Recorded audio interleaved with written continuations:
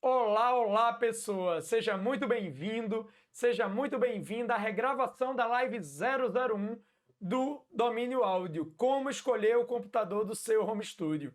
Mas, Renato, regravação, como assim? Mas a live não é ao vivo? Pois bem, hoje é dia 11 de 3 de 2021, uma quinta-feira, e ontem, dia 10 de 3 de 2021, quarta-feira, às 7 da noite eu estava junto com a galera fazendo a live ao vivo. Mas infelizmente na hora de subir eu percebi que a live estava com vários problemas técnicos que para a galera que estava ao vivo dava para sacar legal, mas eu acho que para ficar um conteúdo gravado não seria tão interessante.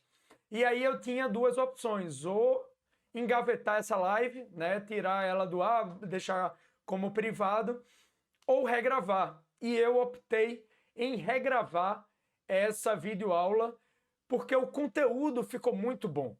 E é um tema que realmente é muito importante, sabe? É um tema de valor e que vai poder te ajudar, né, nessa tua jornada. Então, por causa disso, vamos começar aqui com a regravação da live 001, como escolher o computador do seu home studio. Cadê aqui? Vamos lá. Então, para quem não me conhece, meu nome é Renato Barros. Eu ajudo pessoas que não são técnicas, como artistas, músicos e produtores iniciantes, a gravar música em casa. E eu faço isso através do Domínio Áudio, de forma completamente gratuita, no Instagram, no Facebook, no YouTube. Então, se você ainda não está seguindo as páginas, ainda não curtiu, dá uma sacada que tem muito conteúdo legal. Né? Além das lives, também tem várias videoaulas, tem cortes dessas videoaulas, entrevistas, webséries e um monte de material muito legal que vai te ajudar realmente nessa tua jornada a conseguir gravar música em casa com a qualidade profissional, a se produzir, ser um músico com mais independência ou um profissional do áudio com mais independência. Né? E todo esse conteúdo tá lá, só dá uma sacada. Porém, eu também tenho um curso que de vez em quando eu abro turma, abro vaga. Agora, no exato momento, não temos vagas abertas. Realmente não estou pegando novos alunos nem alunas. Porém, quando você estiver assistindo esse vídeo, é bom dar uma sacadinha para ver se as vagas estão abertas no momento. Porque se você quer um conteúdo mais bem estruturado, numa sequência bonitinha, um suporte melhor de feedback, de troca de ideias, para você esse curso. Porém, infelizmente, não estamos com vagas abertas, então vamos focar no nosso conteúdo gratuito de hoje. E aí, eu queria falar um pouco da estrutura dessa live 001, como escolher o computador do seu home studio. Primeiro, eu vou falar sobre a importância do tema, como esse tema me impactou. Depois, uma pequena introdução, e aí eu vou o que é, para que serve em um home studio, o que você tem que se ligar, e aqui nesse foi o mesmo slide que eu usei ontem. Aqui tem abertura para perguntas, mas infelizmente não vamos ter essa abertura para perguntas hoje, por causa que é uma gravação. Porém, na aula eu já vou inserir algumas perguntas que o pessoal fez online ontem. E aí, pegando pela importância, eu comecei como técnico de som ao vivo. E depois eu entrei num estúdio de Recife chamado Estúdio Carranca, que é um dos melhores estúdios e mais bem estruturados de Pernambuco. E eu comecei lá como assistente, depois de um tempinho, eu já comecei a fazer minhas gravações. E eu senti a necessidade logo de montar um home studio. Primeiro, por quê? Porque todo trabalho ele exige prática. Então, se você não está praticando, fica um pouco difícil de você assim progredir na carreira. E as oportunidades que eu tinha, como eu estava começando, em estúdio eram relativamente poucas. Então, até no início, eu tive a ideia, pô, eu vou pegar um cliente, exemplo de mixagem, cobro uma grana a mais e levo para o estúdio. Então, daí eu tiro uma grana para o estúdio e tiro uma grana para o meu cachê. Porém, infelizmente, os estúdios de gravação, via de regra, eles são muito caros. Então, isso inviabilizava assim, inviabilizava o trabalho, porque eu teria que cobrar um cachê de um valor que desse para me pagar e pagar o estúdio. E esse estúdio que eu trabalhava tem uma qualidade técnica e de equipamentos e de suporte fenomenal. Então, realmente, isso é diretamente proporcional aos valores. Por mais que a gente tivesse um relacionamento muito aberto, e até hoje a gente tem, então os artistas que eu levava para lá, eu conseguia fazer uma parceria interessante, mas mesmo assim não se pagava. Né? E sem contar que a cobrança dos estúdios profissionais geralmente é por hora. Então, se você pega algum tipo de artista que não tem tanto costume assim em gravar em estúdio. Exemplo, um trato com metrônomo. Você tem que usar mais horas do que você usaria com um músico profissional de estúdio. E isso levava o preço também lá para cima, já que, como eu estava começando, normalmente as bandas e os artistas que eu tinha acesso eram artistas que também estavam no início de carreira. Então não era uma galera tão maceteada assim, tecnicamente falando. Por mais que artisticamente falando, eram artistas incríveis. Tecnicamente, ainda precisava de alcançar uma certa maturidade. E isso tem completamente coerência dentro também da minha maturidade na época como técnico. E aí eu vi que na maioria dos casos não valia a pena eu estar contratando um estúdio profissional para mixar ou até para fazer alguns tipos de gravação, né? Gravar uma voz, gravar um teclado, uma guitarra, não era tão interessante, né? Se você quer gravar, sei lá no Carranca tem um piano, né, de um quarto de cauda. Então, pô, se eu quero gravar um piano, faz todo sentido alugar um estúdio que tem um piano, é até muito mais barato que alugar um piano para levar para um estúdio que não tenha. Ou se você quer gravar uma bateria, né, e precisa você quer uma reverberação natural da sala, né, aí faz todo sentido você alugar um estúdio. Mas, pô, tem algumas bandas que eu trabalhava que era processamento eletrônico, então você tinha base eletrônica, baixo eletrônico, sintetizadores, guitarra e voz. Então não faz tanto sentido você trabalhar em um estúdio A, né, se você tem uma estrutura que não precisa desse estúdio A. Então muita coisa dá para gravar em home studio, em casa. E também tem outra coisa que eu aprendi, que é a comodidade de você trabalhar em casa, né? A comodidade de você poder trabalhar de pijama, de você trabalhar a hora que você quiser. Então, exemplo, por você às vezes acorda 3 horas da manhã sem sono, você pode colocar um fone de ouvido e fazer um trabalho, você pode ir adiantando algumas coisas. Enfim, é muito cômodo, você não tem que estar se preocupando com transporte, você não tem que estar se preocupando com alimentação na rua. Às vezes, na correria, a gente se alimenta muito mal, cuida muito mal da saúde. Infelizmente, temos que ficar longe da nossa família, porque a gente, muitas vezes, tem que ficar horas e horas preso ou no engarrafamento, ou no metrô, no transporte público. Independente se você tem carro ou não, você vai ficar preso no engarrafamento, principalmente quem mora em grandes cidades, em grandes metrópoles, né? Quem mora no interior já tem um pouquinho de facilidade em relação a isso, mas infelizmente não tem acesso a várias outras coisas que uma cidade grande pode proporcionar em termos de estrutura, de facilidade de conseguir equipamento, enfim. Então eu visualizei que eu precisava desse trato do home studio. E para isso eu ia precisar saber qual equipamento, porque existe muito equipamento, né? Se você for olhar, um exemplo, microfones, você consegue de 300 a mais 30 mil reais no microfone. Interfaces, monitores de referência, fones de ouvido e computador também. Se você entra em qualquer loja, dessas lojas de esses grandes hipermercados, então você tem 1 bilhão de possibilidades de marcas, modelos.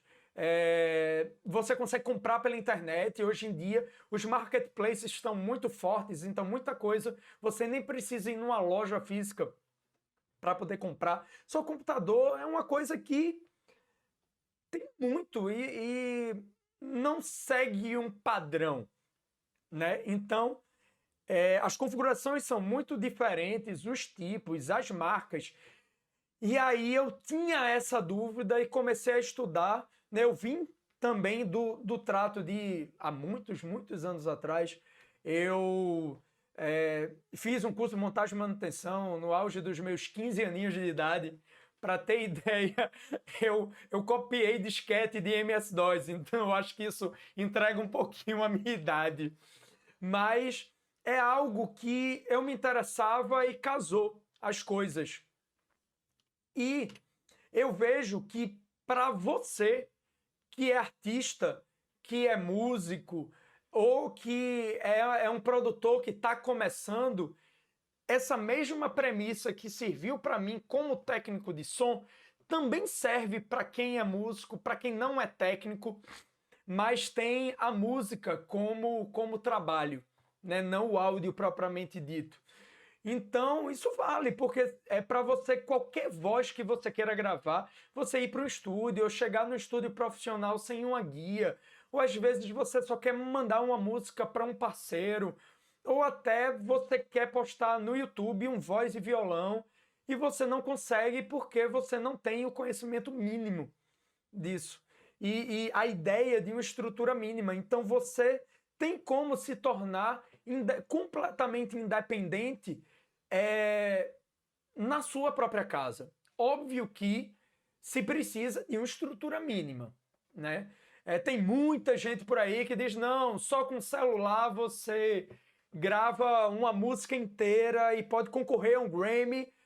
Não é bem por aí, né? Você precisa ter uma estrutura mínima se você quer gravar com uma estrutura, com uma qualidade profissional. Se você quer realmente que o teu som toque no YouTube, toque no Spotify, no Deezer, em qualquer plataforma dessa por aí, e tenha uma qualidade, tecnicamente falando, boa, você tem que ter uma estrutura mínima.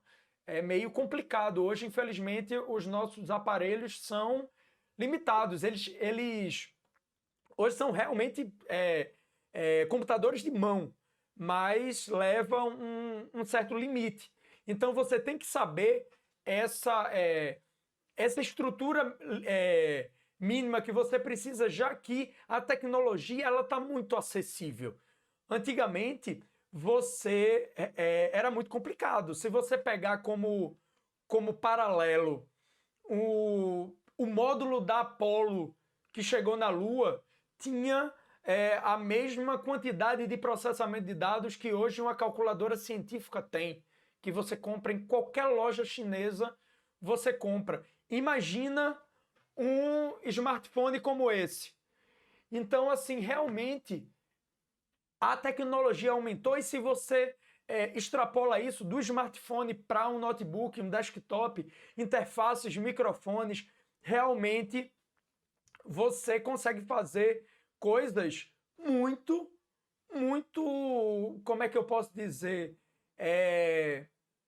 respeitáveis em termos de você, e honestas, em termos de você escutar e dizer, pô, que massa esse som, sabe? Principalmente se você quer, digamos assim, estourar, viralizar. Você precisa ter uma qualidade sonora boa, né? Se você pegar a primeira gravação dos Beatles, para eles conseguirem gravar com aquela pequena estrutura que tinha, de gravando em fita, pouquíssimos canais, mixando em uma mesa bem pequenininha.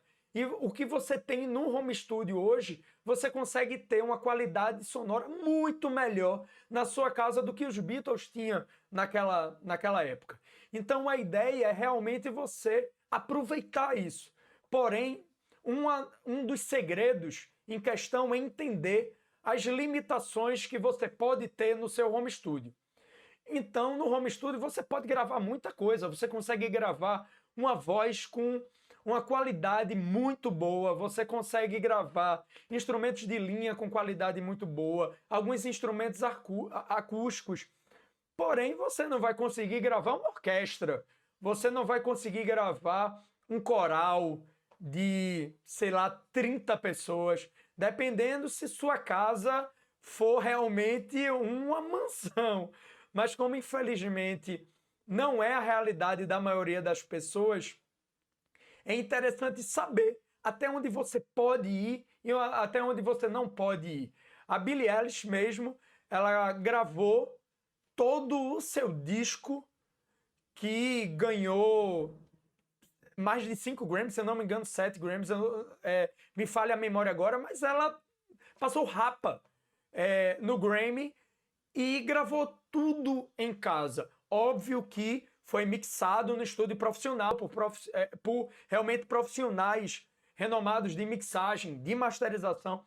Porém, a gravação foi feita inteira em casa, ela com o irmão, que é o produtor dela. Então, você sabendo até onde você pode ir, dá para tirar uma qualidade realmente fantástica do seu home studio, né? Então, se você quer violão, é outro instrumento que dá tranquilo, guitarra, baixo. Então, é você pegar o que você tem e aproveitar. Então, passando aqui para... Opa, voltando aqui. Muitas opções de equipamento, é isso aí, vamos nessa. Então, indo para a introdução, a parte do computador, na minha opinião, o computador ele é o instrumento mais importante que você vai ter dentro do home studio. Se você considerar seu home studio como um ser vivo, pulsante, o computador ele vai desempenhar a função do cérebro desse ser vivo. É onde vai ser feito toda a lógica, todo o pensamento, todo o processamento, toda a parte inteligente do seu home studio, já que a gente está tratando de um home studio digital, como a imensa maioria das pessoas vai ter, como aqui meu home studio, onde eu estou gravando essa live para vocês, todo o processamento ele é digital, através de DAW, de plugins, de instrumentos virtuais, interface, computador, enfim. Então, o computador, ele vai ser a peça-chave, porque sem ele, você não vai conseguir fazer nada. Repito, nada.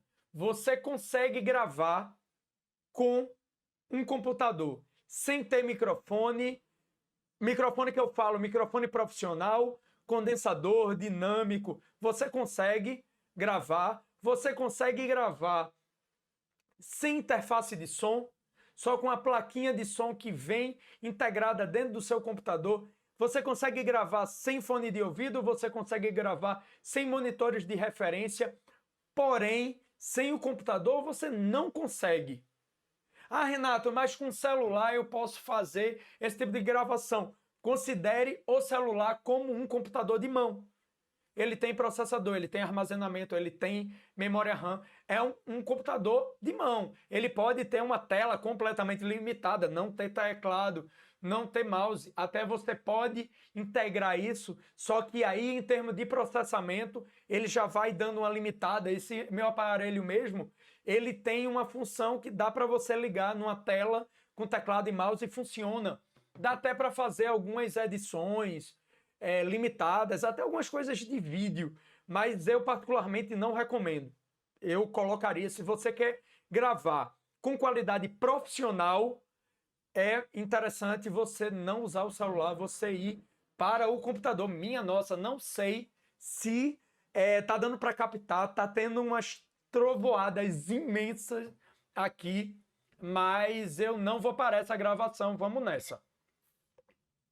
Acho que se tiver captando é um pouquinho de nada, mas vamos aí. O que vale é a gente ter essa troca de conhecimento, passar as informações que eu tenho dentro dessa caixolinha que eu coloquei nesse slide para compartilhar com vocês. E aí, se tiver, nem sei se tá vazando, mas se tiver esse sonzinho rolando, é isso aí. Vamos nessa, galera. Faz parte de você estar em home. Mas vamos lá. Então você não consegue fazer nada. Ah, Renato, qual é a primeira coisa que eu devo fazer se eu quero montar meu home studio? Qual é o primeiro equipamento? Compre um computador se você não tiver. Se você já tiver um computador, um notebook, talvez seja mais interessante você investir em outro equipamento e depois você pegar uma máquina, um computador melhor. Mas se você não tem, a primeira coisa que você tem que fazer é pegar um computador. E aí vamos passando o que é. É muito interessante, eu gosto sempre de botar essa função, essa parte aqui da nossa live aula, o que é. Por quê? Porque mais que a gente saiba o que é um computador, creio que a esmagadora maioria das pessoas que vão assistir essa live sabem o que é um computador, já tiveram contato, já tiveram acesso a um computador, né? Imagino eu. Porém, quando a gente vai explicar, a gente vai racionalizar realmente o que é, dá uma travada, né? E às vezes é importante a gente saber, porque a gente está lidando com questões técnicas, a gente vai trabalhar com procedimentos de gravação que é importante a gente saber o que cada parte faz, né? Qual quadrado, né? Cada máquina, vamos dizer assim, cada equipamento, ele desempenha. Então, o computador, ele é uma máquina criada para processar dados e fazer cálculo.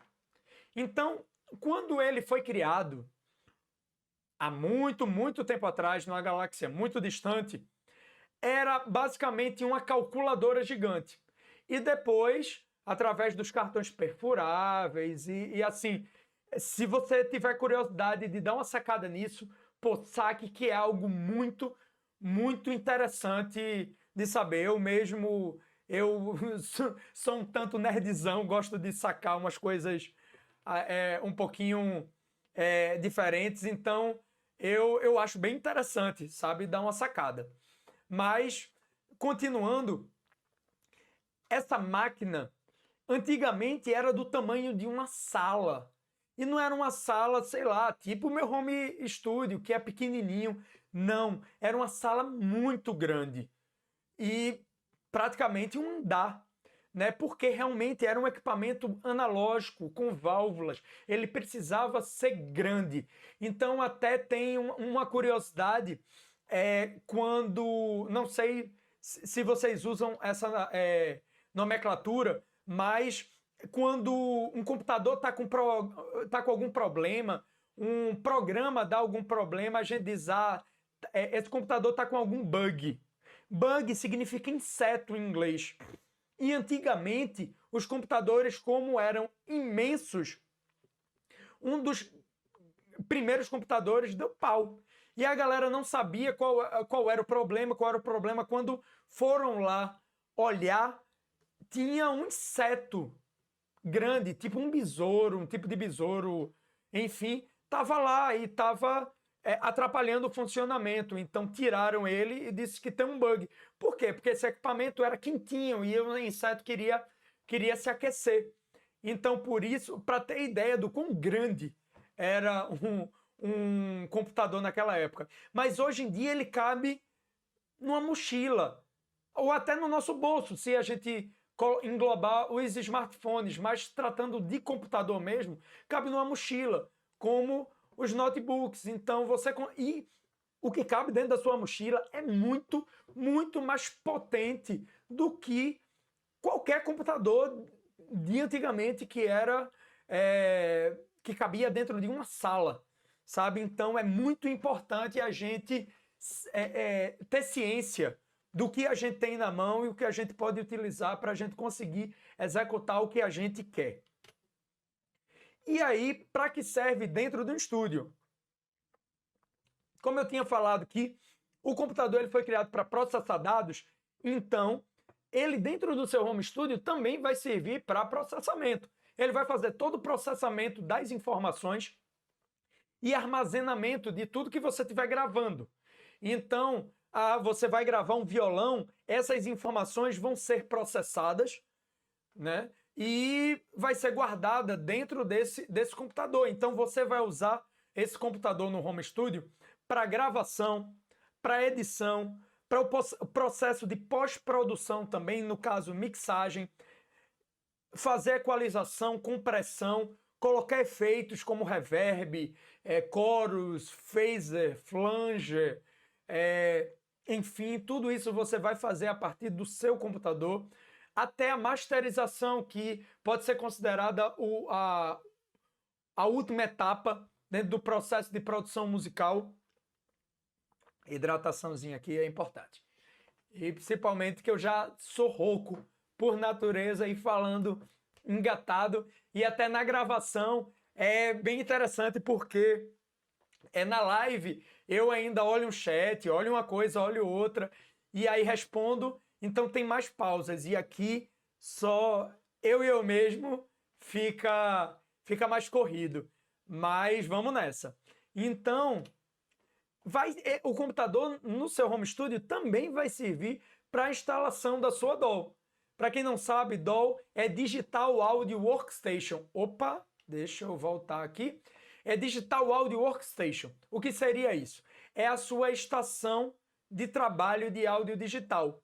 Antigamente, onde você tinha mesa de som, onde você tinha todos os periféricos, gravador de fita, hoje em dia tudo fica dentro do computador, assim como seus plugins, seus VSTs, que são seus instrumentos virtuais. Óbvio que existem algumas configurações que criam um sistema misto, vamos dizer assim, onde você tem uma parte digital e outra parte analógica, porém eu vou dar uma ignorada nisso daqui por enquanto, porque considerando que a maioria das pessoas que estão assistindo aqui vão ter um trato completamente digital.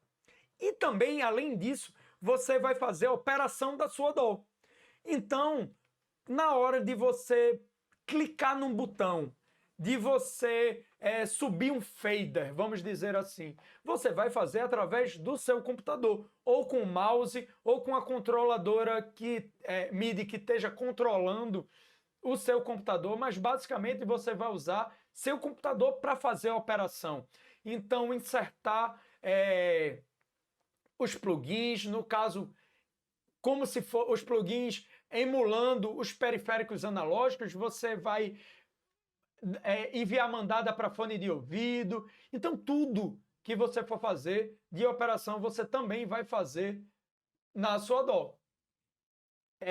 E a sua DAW, como vai estar instalada no seu computador, vai ser, consequentemente, no seu computador. E aí, vamos entrar agora na fase, o que você tem que se ligar. A primeira coisa, o computador ele tem várias peças e várias coisas que é importante você se ligar. Eu elenquei aqui, escolhi 3, que, a meu ver, são as mais importantes em relação à peça. E depois a gente vai entrar nos tipos, né? Mas pegando aqui, o primeiro é o processador. O que seria o processador? É a pecinha dentro do computador que é o núcleo responsável pelo processamento. Então, digamos que numa analogia, se o computador, o cérebro do seu home studio, o processador seria os neurônios seria realmente aqueles responsáveis pela sinapse nervosa. Eita, lembrando minhas aulas de biologia no colegial. Eita, entreguei a idade de novo, colegial, no ensino médio. Que nem sei se é ainda ensino médio, mas na minha época era tipo, tava a galera parando de usar o nome colegial para usar ensino médio. Mas enfim, eu sempre caio nessas entregas de idade e cabelo branco.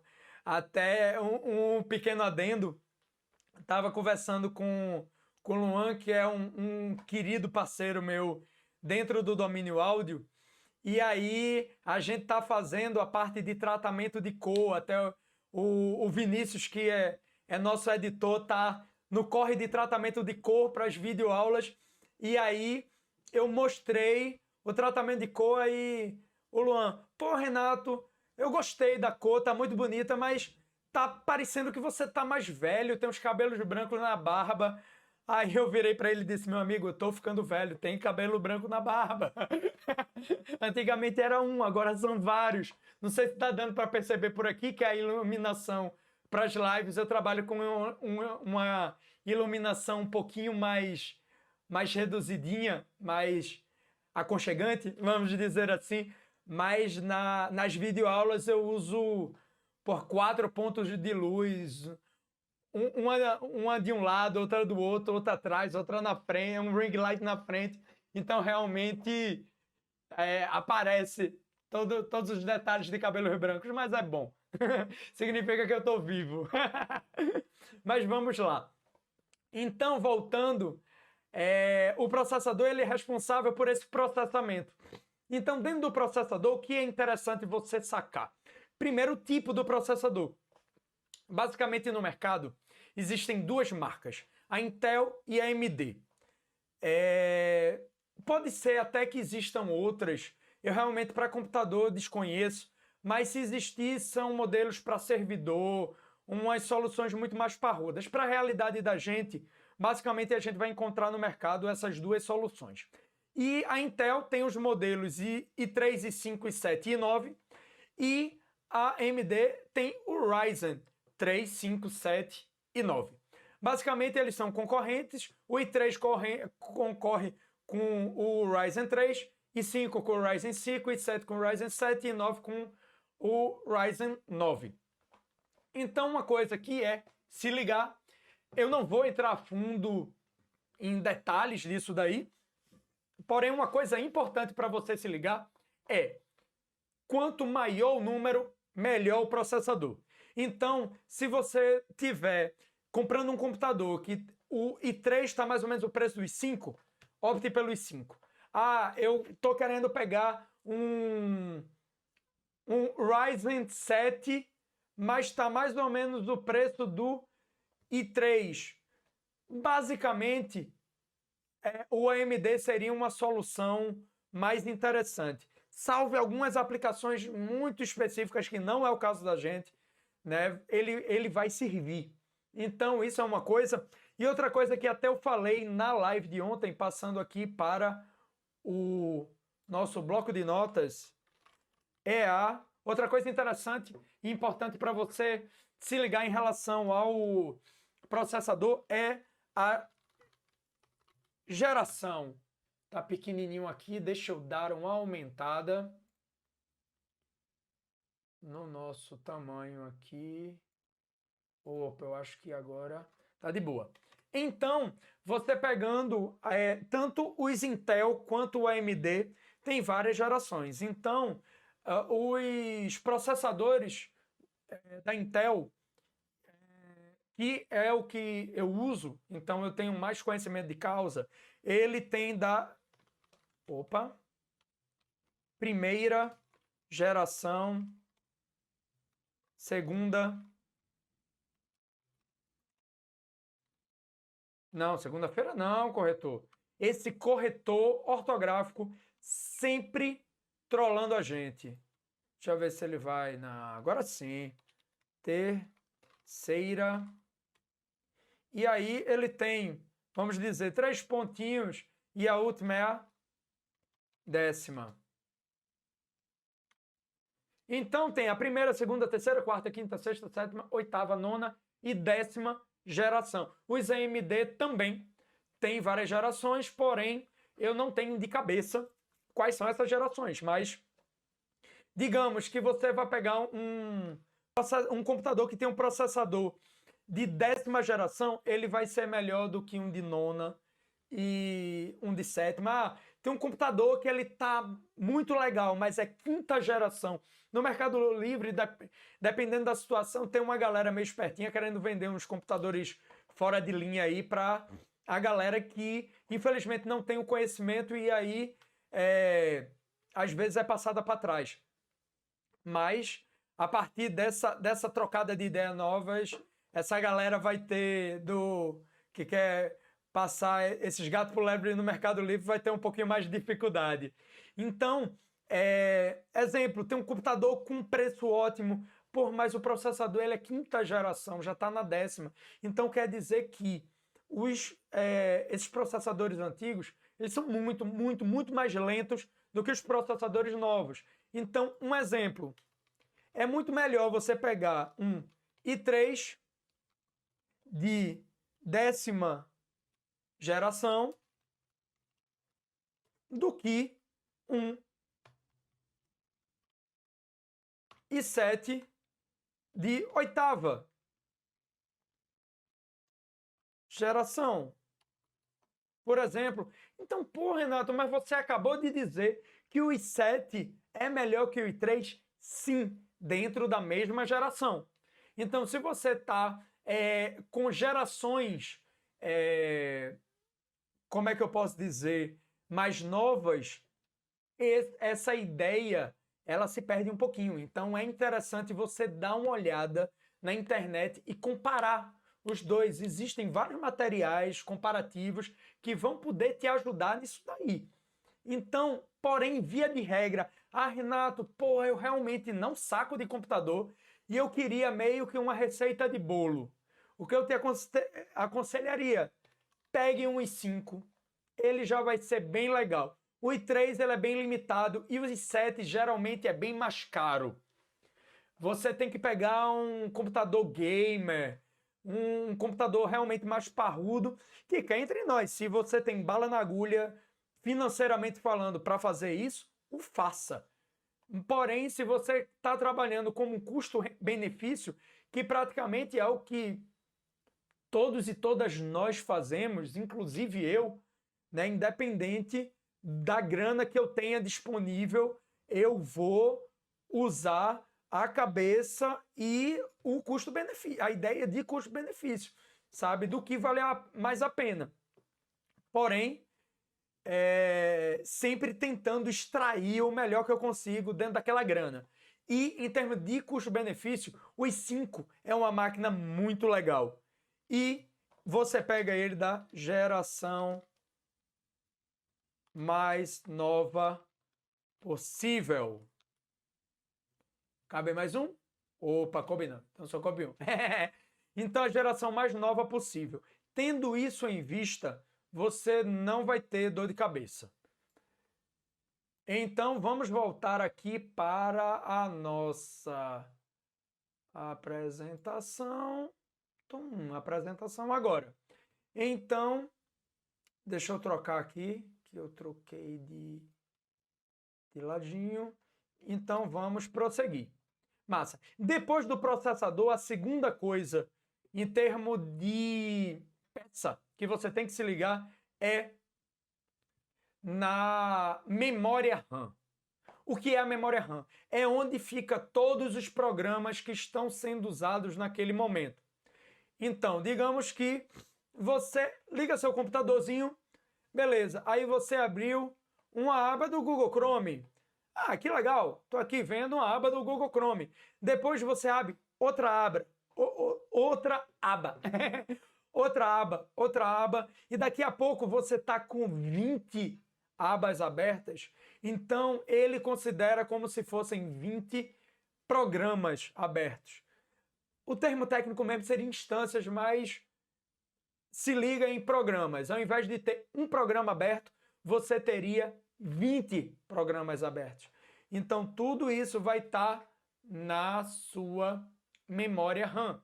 Ah, Renato, mas eu só uso uma abinha do Chrome. Eu não uso mais de uma abinha. Porém, você usa o Chrome e aí você abre um arquivo de Word e aí você abre seu Pro Tools, mas daqui a pouco você quer editar um vídeo, vai para um Premiere. Isso daí vai encher sua memória RAM. Então, quanto mais coisa você tem ao mesmo tempo e também com o passar do tempo os programas se tornam maiores. Então, quanto maior maior foram os programas e mais novos, eles vão ser mais pesados e vão requerer mais da sua memória RAM. Então, explicadinho o que é memória RAM, ele tem, a primeira coisa que você teria que se ligar é no tamanho. Então, ele tem um tamanho de 4 GB, 8, 16, 32, 64, vários. Dependendo do seu computador, ele vai permitir memórias maiores, vamos dizer assim. Porém, a maioria dos computadores que a gente encontra no mercado, principalmente em notebooks, ele vem com 4 GB, no máximo 8 GB de tamanho de memória. O que é que eu aconselho? 8 GB dá para rolar, porém, se você tiver um pouquinho mais de grana para investir, aumente essa memória para 16. Como hoje eu uso aqui no meu home studio 16 GB de memória RAM DDR4 e ele segura muito, muito bem. Para áudio, filé. Caso fosse vídeo e umas coisas de efeitos, After Effects da vida, ele poderia reclamar. Mas para áudio, tá muito, muito de boa. Então, 8, se puder, 16.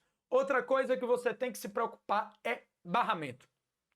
Barramento é a velocidade, vamos dizer a grosso modo, é a velocidade de acesso. Esse megahertz é referente à frequência, mas é uma tecnicidade, vamos dizer assim, que não é necessária para você que está querendo saber qual computador você vai escolher para ser home studio. Você não precisa saber disso. Só tenha em vista que esse número que está aparecendo aí, quanto maior, melhor. Mais rápido ele vai conseguir ler e escrever nessa tua memória. Então tem, vamos dizer, gerações também, como DDR3, outra geração DDR4 e outra geração DDR5. A DDR3 são computadores um pouquinho mais antigos. Os computadores atuais que estão no mercado, pelo menos no momento que eu estou gravando essa live, são DDR4 e o DDR5 está na beiradinha para lançar. Se não já lançou, há pouquíssimo tempo ele vai lançar daqui a pouquinho. E você vê a velocidade. Então, a DDR3 vai de 800 a 2.400, DDR4 133 até 4.266, DDR5 3.200 a 8.400. Então você vê que a DDR5 vai chegar com uma velocidade máxima praticamente o dobro da maior da DDR4. Então, quando você for comprar um computador, dê uma olhada. É DDR5. Muito provavelmente quando chegar no mercado vai ser bem carinho os computadores com DDR5, mas digamos DDR4, mas qual é essa velocidade? Então você pode escolher quanto mais for essa frequência, melhor para você. Opa, cadê você? Cadê você? Aqui. Então, e tem um detalhe bem interessante, bem importante, que é o Dual Channel. O que seria isso? Seria um recurso que permite que o computador se comunique com 2 pentes de memória ao mesmo tempo. Ah, Renato, como assim? Porque algumas coisas de tecnologia, de informática, realmente de computação são um pouco abstratas. Mas quando a gente coloca alguns exemplos, fica muito mais de boa. Exemplo. Imagina que você tem um quarto na sua casa que vai ser um depósito de equipamento. Você vai guardar uma porrada de equipamento, instrumento musical, bateria, tudo vai ser guardado nesse quarto. Imagina que esse quarto ele tem uma porta só. Então, basicamente, cada instrumento vai entrar por vez. Muito dificilmente você vai conseguir entrar, exemplo, com um bumbo de bateria e um piano elétrico ao mesmo tempo. Não cabe, é só uma porta. Porém, imagina que esse seu quarto, ao invés de uma porta, tem duas portas. Porra, então você duplicou a sua capacidade de colocar coisas e retirar coisas. Então, você pode entrar com um bumbo de bateria numa porta e um brother pode entrar com um piano ao mesmo tempo pela outra porta.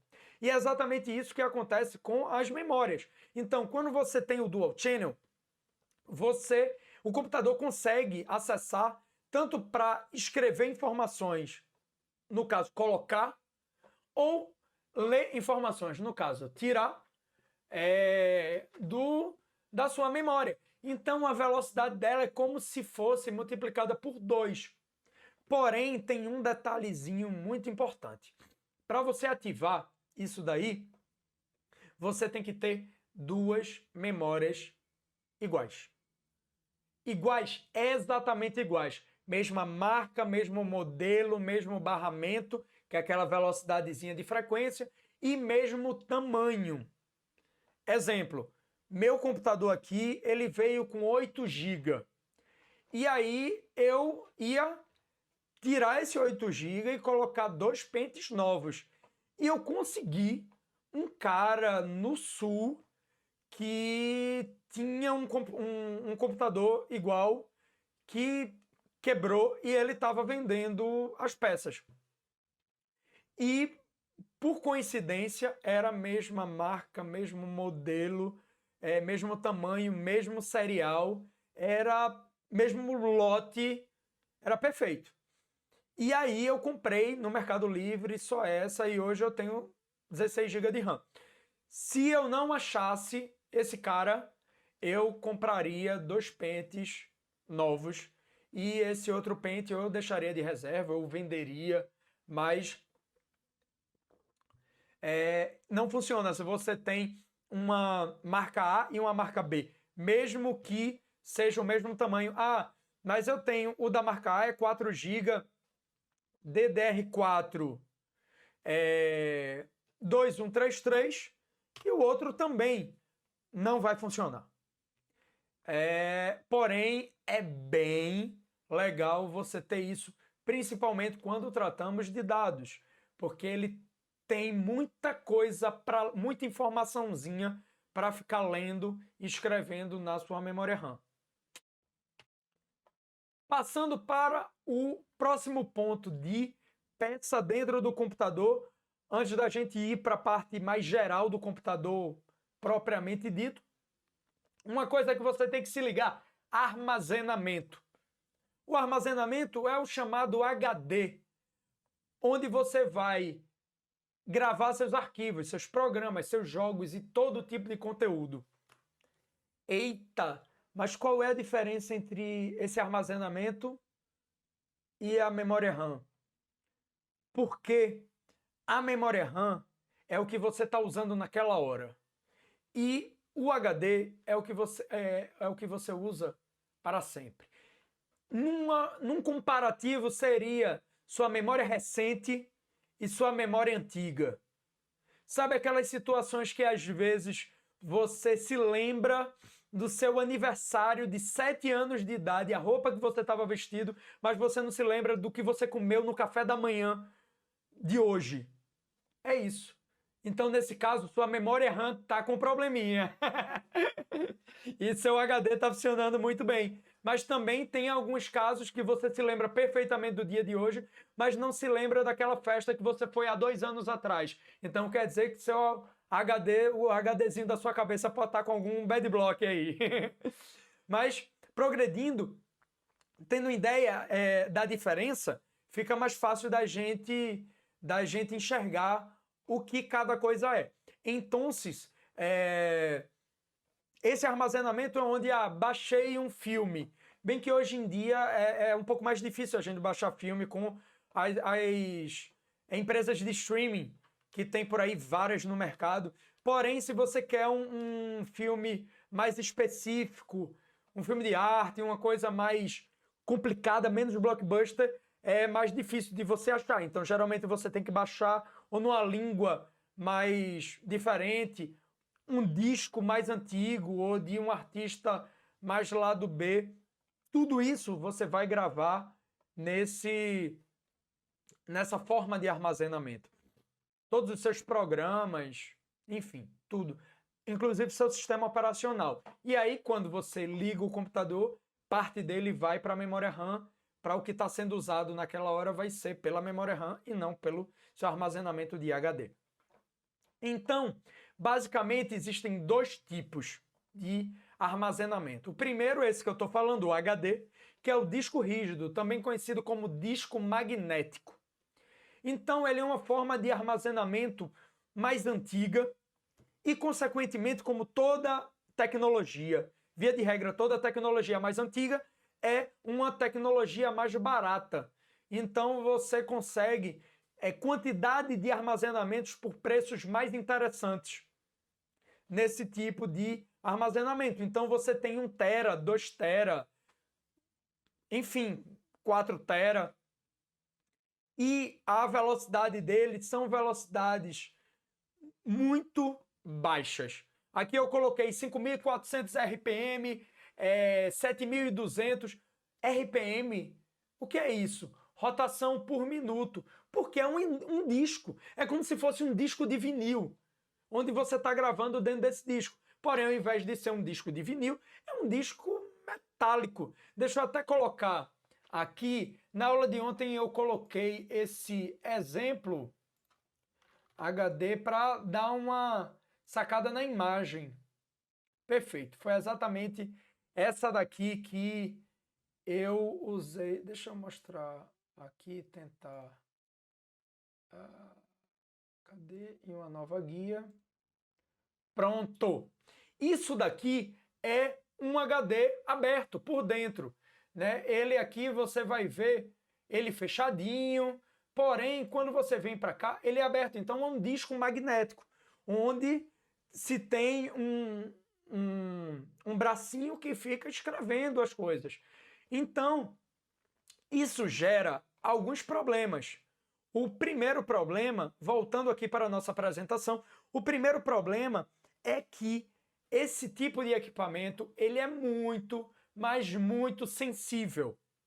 Então, se levar qualquer pancadinha, qualquer coisa, ele pode, esse braço, bater no disco e gerar um problema físico, ou até pelo tempo ele vai se desmagnetizando e pode gerar problemas lógicos. Os lógicos ainda dá para resolver, quem tem um conhecimento um pouquinho mais a fundo, né, do faça você mesmo da coisa, dá para meio que de uma forma mais simples tentar consertar. Mas HD começou a dar pau, assim é melhor trocar, porque vai lhe dar dor de cabeça, e dados é complicado, porque uma vez que perdeu, perdeu, sabe? Então, sei lá, eu tinha todas as minhas fotos da minha adolescência, enfim, guardado, e no finalzinho da adolescência eu perdi um HD.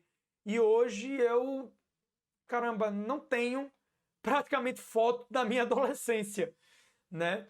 Mas, enfim, então é realmente um tipo de equipamento bem sensível. E ele pode desmagnetizar. Exemplo, se você deixa ele perto de um ímã potente, como sua caixa de som, seu monitor de referência, que o alto-falante é um ímã. Se ele ficar perto, pode ser que ele se desmagnetize e você perca o HD e, consequentemente, as informações que está dentro. Porém, existe outra forma de armazenamento, que é bem comum hoje em dia, que é o SSD, que é a unidade de estado sólido. Seria como se fosse um pendrive gigante. Então você não tem um disco, você simplesmente tem chips. E nesses chips é que ocorre o armazenamento das informações. Então, eles têm algumas características, como, por ser uma tecnologia mais nova, eles são mais caros. Então, para você conseguir, exemplo, 1 tera de SSD vai ser bem mais caro do que 1 tera de HD, de um disco rígido. Por causa disso, você encontra no mercado eles muito mais baratos. Muito mais baratos não. Tamanhos menores. Então, é muito difícil encontrar um SSD de 1 tera, 2 tera, pelo menos agora. Óbvio que eu não sei quando você está vendo esse vídeo e a tecnologia anda a passos largos. Mas agora, nesse momento, é difícil. Então, você geralmente encontra o quê? Ele 240 GB, 480, 512, então, que seria meio tera, por aí, arredondando. Então, para você conseguir comprar algo barato, você consegue comprar baratinho um de 240, mas pelo mesmo valor você conseguiria comprar mais ou menos um de 1 tera, um HDD, né? Então, realmente é uma tecnologia mais cara. Porém, eles são muito mais rápidos dos que os HDs convencionais. Então, às vezes, você tem um processador muito potente, uma quantidade de memória RAM fantástica, porém o seu HD, ele é um HD convencional, ele vai criar um gargalo. Ontem na live até perguntaram, pô, Renato, o que é gargalo? Uma garrafa, ela pode ser grande, grande, porém ela diminui em cima, fica um negocinho bem pequenininho, que é onde vai passar todo aquele líquido que você vai colocar dentro da sua garrafa. Então aquilo é um gargalo. Então não importa o tamanho da sua garrafa, para você colocar líquido e para você retirar, vai ter que ser por aquele tamanhozinho. É a mesma coisa que você tem uma avenida imensa de 5 faixas, porém teve uma batida e só tem uma faixa livre. Então todos os carros têm que fazer isso assim, para ir. E vai criar um tunelamento, vai criar um gargalo. E ao invés de ter um fluxo rápido, vai ter um fluxo lento. Por causa daquela situação. Passou daquela situação, vai direto. Então, o computador pode ter o processamento mais rápido e memória RAM mais rápida, mas se seu HD é convencional, ele vai demorar na hora de ler, na hora de escrever. Isso para gente que trabalha com áudio é muito, muito importante, porque a gente grava e lê muita coisa. Então, quando a gente está gravando um som, tudo aquilo, toda aquela onda sonora que está sendo convertida em dados e gravado no computador, vai estar sendo gravado no HD e depois vai estar sendo lido para ser processado pelos plugins. Então, o processo de leitura é direto. Toda hora está se lendo e escrevendo coisas. Então, é muito importante que você, se possível, tenha um SSD. E ele é muito mais resistente. Por ele não ter esse disco, ele vai gerar uma resistência muito maior de levar pancada, enfim. Óbvio que é um equipamento eletrônico e todo equipamento eletrônico, ele é frágil, né? Mais frágil que vários outros materiais. Porém, comparado com o HD, ele é mais robusto, vamos dizer assim. E existe uma solução que pode ser considerada uma solução mista, que é você montar um sistema híbrido no seu computador, que é como eu uso no meu home studio. Então, como é que eu tenho aqui? Eu tenho um SSD de 240, onde eu instalei nele o meu sistema operacional eu instalei todos os meus programas, então meu Pro Tools está instalado nele, meu Premiere está instalado nele e todos os meus outros programas. Porém, eu tenho um HD de 1 TB dentro também do computador, onde é meu segundo HD e onde eu gravo todos os meus arquivos. Então, digamos, eu estou mixando uma música agora. Essa mix tá no SSD, todinha. Terminei, finalizei a mix, eu passo ela todinha para o meu HD. E hoje eu até estou usando uma terceira instância, que é nuvem.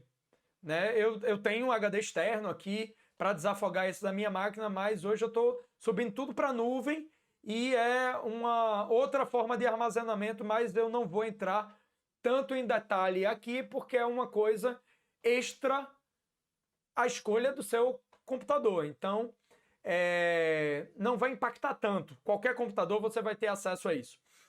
Mas dá para você montar. Dessa forma, você tem uma quantidade de armazenamento grande, tendo um sistema híbrido, porém você consegue ter isso por um valor mais acessível, vamos dizer assim. E aí, finalizando a parte de peças de computador, uma parte um pouquinho mais chata e nerd, que particularmente eu adoro, mas a maioria das pessoas não gosta tanto, mas é bem importante. Então, com essas informações, quando você chegar em qualquer lugar ou em qualquer site para escolher, você já vai ter uma base boa. Porém, vamos passar agora para outra instância, que é tipos de computadores. Então, tem aqui notebook ou desktop. E cada um como é que eu posso dizer? Não existe nada de um todo bem ou um todo mal. Tudo na vida tem um lado positivo e um lado negativo. E nesses pontos é que você tem que avaliar o que é melhor para você. Então, o notebook, também chamado mais antigamente como laptop, eu não sei bem a idade de você que está me assistindo aqui, mas qualquer uma das duas linguagens vai dar para sacar. Então, o notebook ele tem uma maior portabilidade, então você consegue levar ele para qualquer lugar que você quiser. Ah, Renato, é o computador do meu home studio, porém eu vou levar ele para gravar minha banda que vai tocar ao vivo. Massa, você pode levar. Ah, Renato, minha banda vai fazer uma live. Você pode levar. E com o desktop, fica bem mais complicado de você levar para algum lugar. Porém, geralmente, via de regra, eles têm uma menor potência. Por que isso? Isso tem um motivo. Geralmente, os fabricantes eles priorizam a economia energética em detrimento da potência. Então, na balança, quando vai potência e energia e economia energética, eles vão escolher a economia energética, tirando algumas exceções como os notebooks gamers mais potentes. Então, são computadores que realmente têm a performance no talo.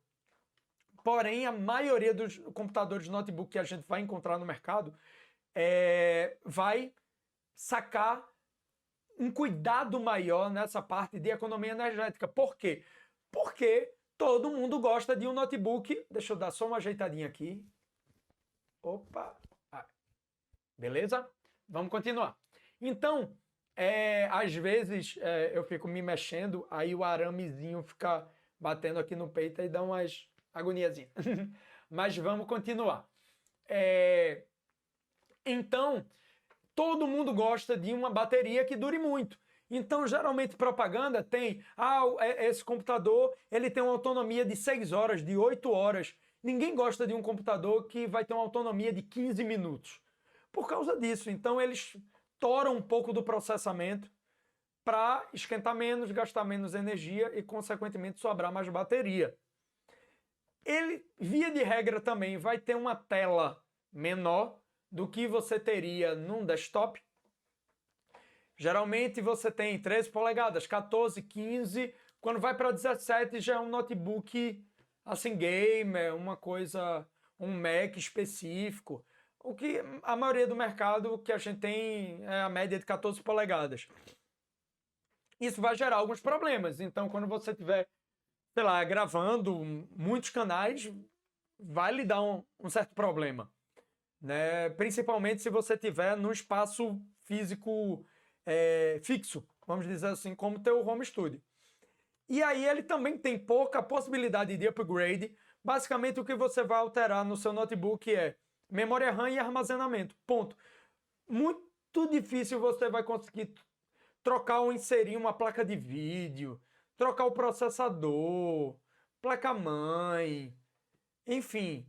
A possibilidade de upgrade, e eu estou citando isso porque não necessariamente você vai fazer, mas se você quiser contratar alguém para fazer, você também não vai conseguir. Muito provavelmente você vai ter que comprar outro notebook. E a manutenção, por causa disso, também é um pouco mais difícil, porque tudo está lá integrado, né?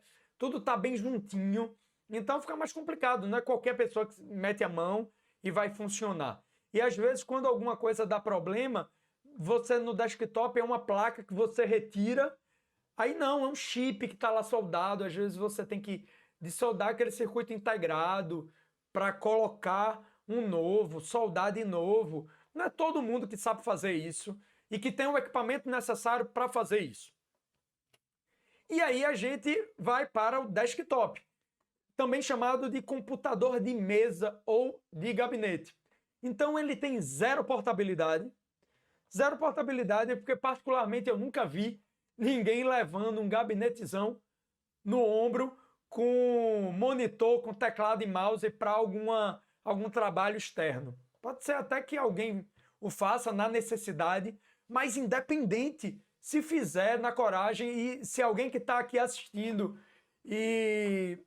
Por favor, velho, se você já fez, bota aí nos comentários que eu quero dar uma sacada. E também quero lhe dar os parabéns. Então quer dizer que você é um guerreiro ou uma guerreira que está fazendo isso. Mas, porra, eu acho que é inegável, não tem como discutir, que não é cômodo, não é prático de se fazer isso. Por isso eu particularmente considero um desktop com zero portabilidade. Porém, ele tem uma potência maior, porque geralmente os desktops, como não tem bateria, a não ser que você coloque um no-break, mas não vamos falar sobre isso agora, pensando só no computador em si, eles vão priorizar a performance, porque tem energia da parede, está vindo pelo sistema de energia da cidade de vocês. Então não tem uma necessidade de economizar energia. Então eles botam kit na performance, né? O tamanho de tela também vai ser, via de regra, maior. Então eu garanto que hoje em dia, se você for comprar um desktop, você não vai comprar um monitor de 13 polegadas. Você vai comprar no mínimo um monitor de 21,5. Só aí já é maior do que qualquer notebook que eu já vi em toda a minha vida, sabe? Então você tem uma tela maior, e com isso você vai ter mais facilidade no seu uso. Mais coisa na tela, informações maiores, e aí você vai poder trabalhar de uma forma mais confortável, né? Uma maior possibilidade de upgrade, já que é só você tirar uma peça, colocar outra, é muito mais fácil e a manutenção também é mais fácil, né? Hoje em dia, com os tutoriais de YouTube, praticamente qualquer coisa você encontra no YouTube, então é muito mais fácil você aprender como troca, como instala, e com o desktop, como eu falei, é um pouco mais complicado. E ainda tem a questão de preço. Via de regra, computadores de mesa são mais baratos que notebooks, se você botar em paralelo a mesma potência. Então, para você comprar um notebook que tem uma potência X e um desktop que tem uma potência X, você vai conseguir montar esse desktop mais barato do que seria o notebook. Ou se você quiser gastar a mesma grana que você gastaria no notebook, você consegue montar um desktop mais potente. Então, se você não precisa de portabilidade, tá pouco se preocupando com a bateria,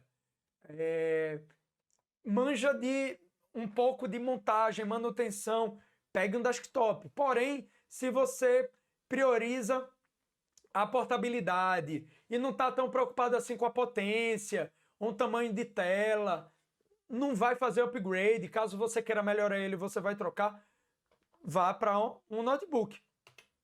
E aí, na live de ontem perguntaram, mas Renato, e aí você, meu amigo, você usa o quê? Eu uso um notebook como um desktop. Mas como assim? Basicamente eu tenho um notebook, né? Hoje eu estou com o i5 7ª geração, com 16 GB de RAM DDR4, não me lembro a velocidade, e 250 de SSD, mais 1 TB de HD convencional. É um notebook, se eu não me engano, de 14,1 polegadas.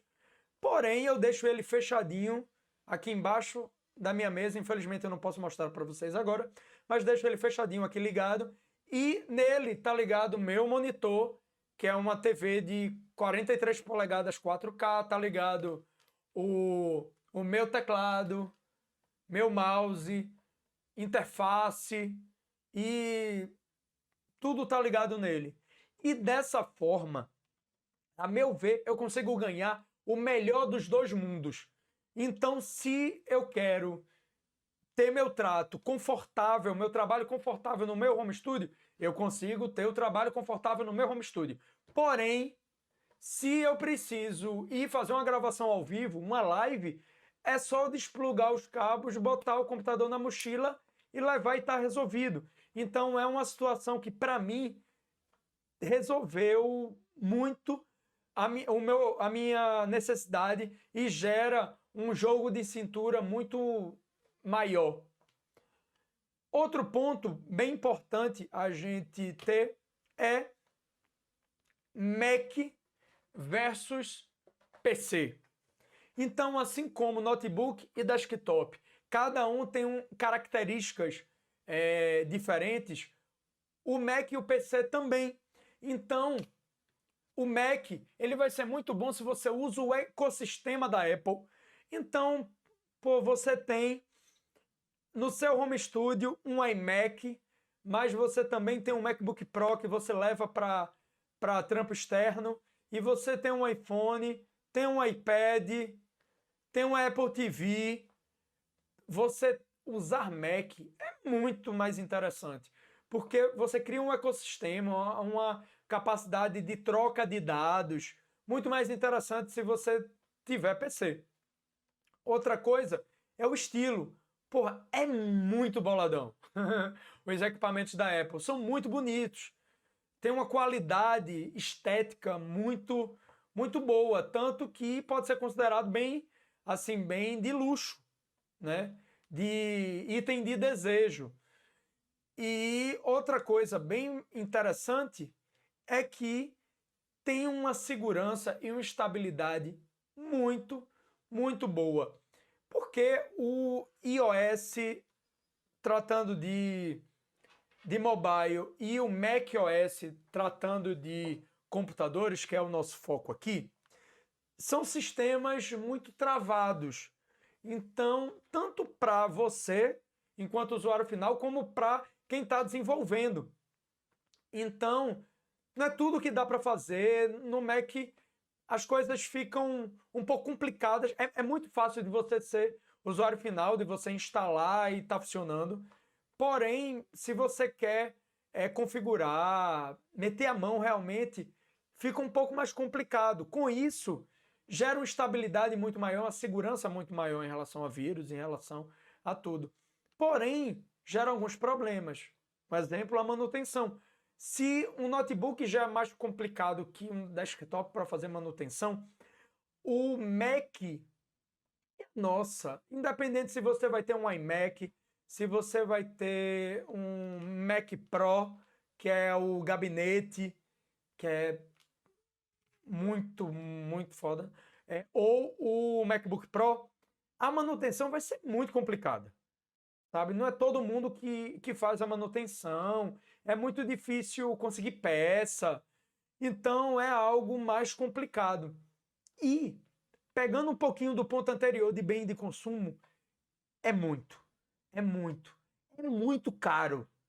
Assim, você compra uns 2 Celtinha para comprar um notebook da Apple. Então, é algo que realmente você tem que estar com muita bala na agulha, financeiramente falando, para poder pegar um equipamento da Apple, um equipamento Mac.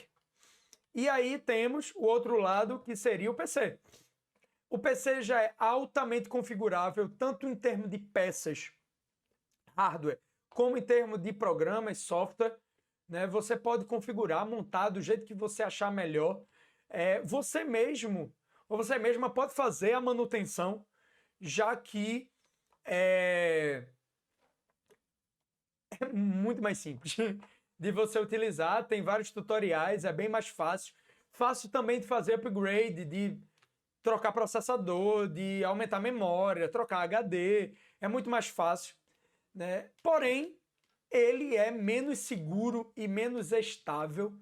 Eu acho que a maioria das pessoas que já teve aqui, que está assistindo essa live, já pegou algum vírus em Windows, já teve algum problema, assim, já travou, teve tela azul.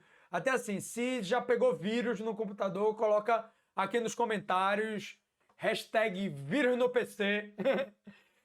Porque eu mesmo já tive, tem que botar antivírus, é todo um rolê. Porém, o preço é muito, mas muito, mas muito mais acessível. Você, sei lá, hoje você para comprar um Mac, você compraria 5 PCs, né? Notebooks, vamos dizer assim. Então, tudo isso são coisas a você colocar na balança. E aí, a regra de ouro é você analisar o que realmente é importante, é válido para você. Então, tanto na parte de notebook versus desktop, Mac ou PC, você tem que analisar e colocar na balança e ver o que serve para você. O que serve para o seu coleguinha provavelmente pode servir para você, mas geralmente não. Então você tem que fazer um pensamento personalizado para você. E aí ontem me perguntaram, pô, Renato, e aí? Você usa Mac ou você usa PC? Eu uso PC. Hoje eu estou usando PC com Windows 10 e particularmente eu não tenho problema nenhum. Já tive até alguns probleminhas, mas aí com aquela bela paciência você consegue resolver. E eu, como também tenho um conhecimento de montagem e manutenção, aí fica um pouco mais fácil, né? Porém, pegaria um Mac? Pegaria, mas em outro estágio, não agora. Eu acho que eu tenho vários outros investimentos a se fazer e comprar um MacBook Pro ou, enfim, outra coisa não está nos meus planos, pelo menos num curto espaço de tempo. Mas a partir do momento que eu já tenha resolvido o meu home studio, tudo que eu queira resolver e esteja com grana aí para fazer esse investimento, eu acho que vale realmente a pena. Mas no meu custo-benefício agora não é interessante. E aí, como esse slide foi o mesmo slide de ontem, tem aqui as perguntas, a hashtag que foi informática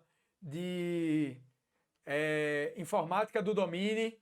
Então, sempre no final das lives eu pergunto para a galera uma hashtag para a gente, para eu postar essa hashtag no Instagram e a gente tá junto nessa interação. E aí eu queria agradecer a você que assistiu essa live aula até agora. Muito obrigado, de verdade. Eu estou sempre procurando entregar o melhor conteúdo que eu consiga entregar, na melhor qualidade técnica que eu consiga entregar. Óbvio que todos nós temos limitações e até a ideia é essa, eu fazer minha estrutura em home studio para aí você ver que é possível fazer. Você não precisa ter um estúdio californiano para conseguir gravar sua música em casa e fazer sua produção de música em casa. E aí, eu quero passar também as redes sociais e contatos do Domínio Áudio. Então, você tem condição de entrar no Instagram, no Facebook, no YouTube e dar esse like, dar essa seguida. Até, deixa eu mostrar aqui, navegador. Essa daqui é a página do YouTube, que se você está assistindo esse vídeo, você já está nela, porém, dá uma seguida, segue o canal, ativa o sininho para receber todas as notificações. Aqui o Instagram, também do Domínio Áudio, com várias coisas legais, e também aqui o Facebook do Domínio Áudio. Então, é muito importante você acompanhar. Por quê? Porque além das lives, eu também coloco várias videoaulas, que são vídeos mais trabalhados tecnicamente falando. Então, são gravados, editados, com teleprompter bonitinho, com tratamento de cor, o áudio pós-processado. Então, realmente, ele tem um zelo. É bem legal esse tipo de material. As videoaulas geram vários cortes, então você consegue acessar também trechinhos curtinhos com alguma informação pontual que teria as videoaulas. Então, às vezes, você não tem tempo, não tem condição de sacar a videoaula toda. Você, com esses cortes, vai ter acesso a isso. Tem várias entrevistas com profissionais do mundo do áudio, com outros artistas e músicos que também têm home studio, que fazem suas produções em home studio, grava em casa. Então é bem legal dar essa sacada. Ainda estou preparando algumas webséries, algumas coisas bem interessantes. Então, curta no Instagram, Facebook, no YouTube. Caso tenha alguma necessidade de entrar em contato de uma forma mais diretamente, dá para mandar direct pelo Instagram, pelo Facebook, enfim. Mas se quiser mandar e-mail, tem aí contato@dominioaudio.com.br. Então é só mandar esse e-mail, algum tipo de parceria, alguma coisa. Tamo aí. E tem o blog também, que é www.dominioaudio.com.br. E lembrando, aqui embaixo, aqui, para cá, tem o arroba, né, Domínio Áudio, que é o nosso arroba no Instagram, Facebook e YouTube. Vamos voltar aqui e check, missão feita, aula 001, regravada, como escolher o computador do seu home studio. Pô, que massa! Passamos aqui mais de 1h20 trocando essa ideia, e que legal. Nessa regravação, eu sozinho, mas a partir da próxima quarta-feira, às 7 da noite, vamos estar, eu e você, online, no YouTube do Domínio Áudio, em mais uma live. Então, muito obrigado por ter sacado esse conteúdo até aqui, e até o próximo vídeo. Tchau, tchau!